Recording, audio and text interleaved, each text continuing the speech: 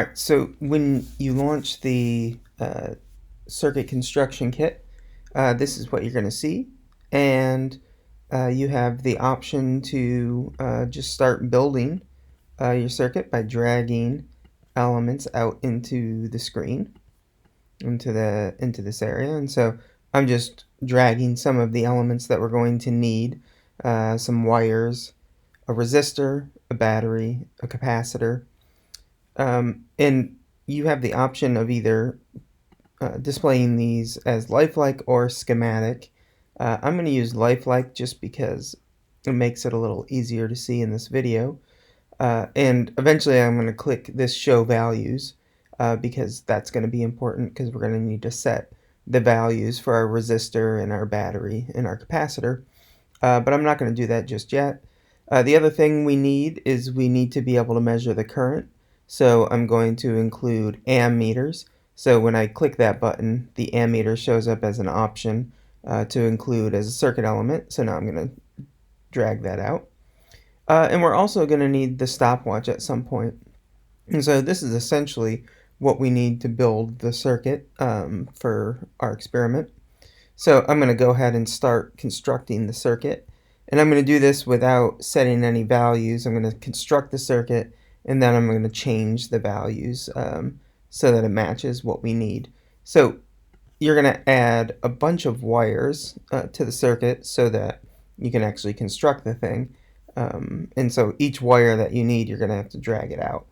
All right, so the basic idea for the circuit is that we have a battery hooked up in series with a resistor, which is hooked up in series with a capacitor.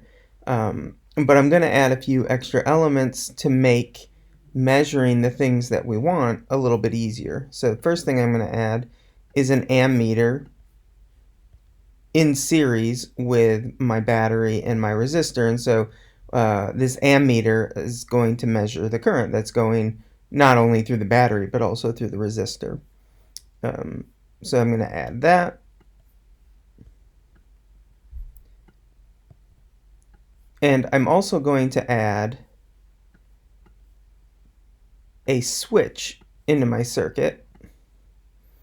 And the reason I'm going to add that is because the way that this experiment is designed is we want to be able to measure the current through the resistor when the capacitor is not hooked up to the circuit. And so I'll show exactly how this plays out in a second. Just going to finish constructing the circuit.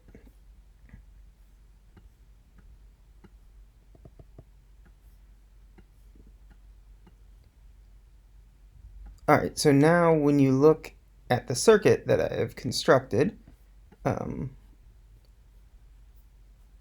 let's just pause this and reset the dynamics. Alright, so if you look at the circuit that I've constructed, I've got a battery in series with a resistor, and as long as my switch here is open, then the resistor is in series with the capacitor. And so this outside loop is the circuit in the experiment. Then I've got this switch in this branch in the middle that if I close, now all of a sudden that shorts out the capacitor, and so the circuit is just this inner loop. And so if I unpause the circuit, then all of a sudden you just get current flowing through the left loop of the circuit. Alright, so that's the general construction of the circuit, what you want to build. And then what you need to do is you need to adjust the values of the circuit elements so that we get something reasonable for the experiment. And we all want to use the same values so that when you're submitting your reports, it's a little easier for us instructors to follow along with what you did. And so if you just click on an element here, you can change the resistance value. And so we're going to be using 75 ohms for the resistor. We're going to be using 30 volts for the battery, and we're going to be using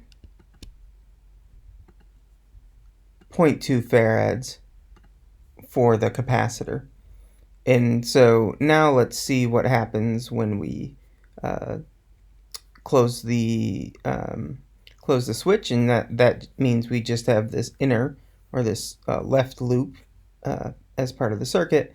And so when we run that, this is what we get. And so that should be what you get with your setup once you have all of the values chosen appropriately.